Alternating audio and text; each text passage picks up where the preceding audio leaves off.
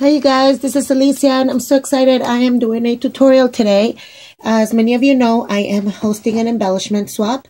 It's going to be open through May 15th and then you should ship stuff at the end of June. So there's plenty of time to do it, but I know a lot of you guys are still a little scared about working with metals if it's your first time. So I want to do these quick tutorials to kind of show you a little bit how easy it is. And I'll just jump right into it. Otherwise, I'll get really chatty and it will be the longest tutorial ever.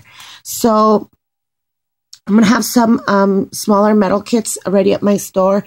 If you guys don't know where to get them, you don't have to buy them with me, but obviously it's one option. I got really affordable prices. So all you really need is your metals. There's different sizes. I'll work with different sizes to get you guys an idea on what to use. And this stuff to me works amazing. The Dimensional Magic, to me, it's just cheaper. And it's super easy. So this is what I'm doing. This is the front part. This is the back. I laid this one with the facing down. And I'm going to do the same with this one, but I'm going to do it crisscross. So like I said, this is the front. And I'm going to layer it just to create a base. And what I like about these is that they are... You can line stuff up and just look at how perfect that looks. Now, what I also did is I took one of my round pieces. This is one of them. It's not the one that I used, so I used a different one. I used one of these. So I cut this up. These metals are super easy, and I will I'll use other ones to show you guys. I just wanted to kind of get quick here, and you don't need much to glue them at first. You can always let it dry and put another coat of this stuff. The only thing is that it does take a little while to dry, but you can also work on other stuff. So how I cut these, obviously this one, I just cut it there. I'm going to show you guys. And I just use my Tim Holtz scissors, but I've used icky old scissors. And so there it is. All I really did is cut across. And then you take the corner, the pointy part, and use that as the corner. And you can line stuff up fairly easy. Just kind of layer it there. And then if something, it's just not bent right, you can always bend it after it's glued. Or you can bend it before you glue it. You can pick it back up and glue it. But kind of seeing where it's at. And what I'm going to be doing is I'm going to be putting another layer of it. On top. And you'll see how. And all we're really doing is... Oh, what did I do? See? Yes, I'm not even paying attention. I glued this one backwards. So there it is. The square, and here's the other corners. So this one, just make sure you bend them and they're nice and straight. And there it goes. Then I'm going to take some of my Dimensional Magic, and right where I see joints, I'm gonna lay it on. The nice thing is that this is the back of it, so it's no big deal. And this stuff dries really shiny, so you can't really see it when it's dry. And you'll know it's dry because it won't be cloudy.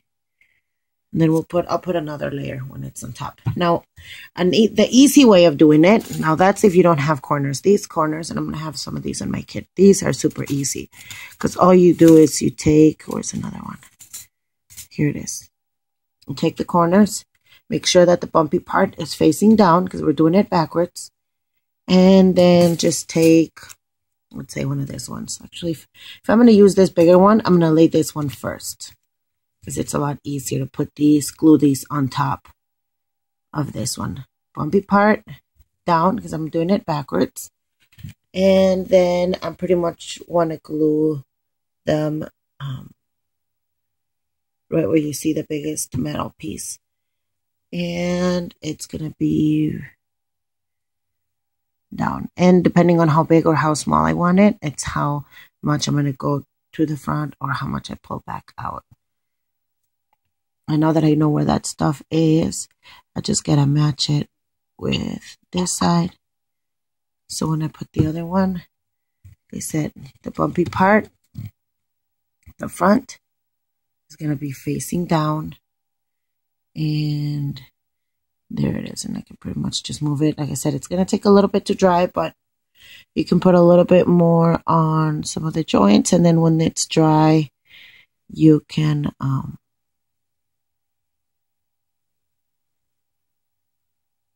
okay, so there it is.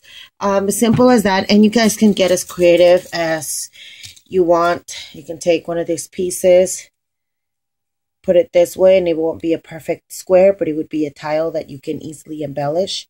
And obviously, all what you do is glue right here. I'll do that because I'm going to embellish some of these with you guys later on. I'm going to make a part 2 video, so I'll just have these pieces drying here. So when I take the second part, then you'll see how it all ended up. I really love how this one, you can see on this one, that shape.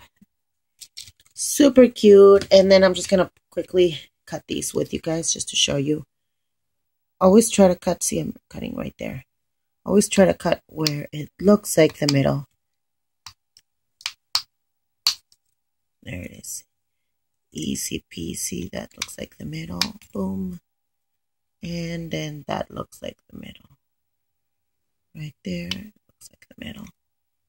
Boom, easy. And then I can use these as the corners on another one, just like that. So, anyways, I'm gonna go ahead and have part 2 of you guys when this stuff dries up, and then I'm gonna show you how to glue the rhinestones and kind of make stuff like this. So, thank you for watching, you guys. Bye.